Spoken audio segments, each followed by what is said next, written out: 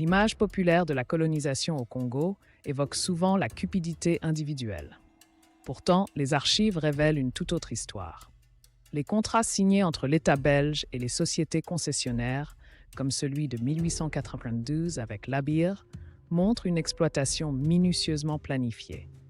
Ces documents, souvent oubliés, détaillent des quotas, des pénalités et des obligations légales qui encadraient la collecte du caoutchouc.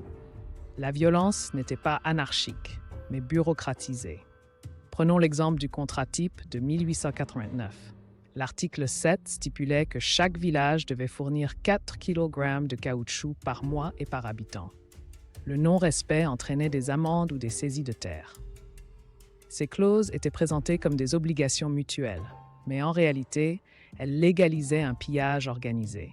Les chefs locaux, contraints de signer, devenaient complices, malgré eux, d'un système conçu pour maximiser l'extraction. Les rapports des missionnaires en 1903 décrivent comment ces contrats se traduisaient en violences quotidiennes. Des milices armées parcouraient les villages, mesurant les récoltes avec des balances réglementaires. Si le quota n'était pas atteint, des otages étaient pris, souvent des enfants, comme le rapporte le journal du révérend Morrison. Cette terreur n'était pas le fait de quelques bourreaux, mais l'application méthodique des sanctions prévues par les textes.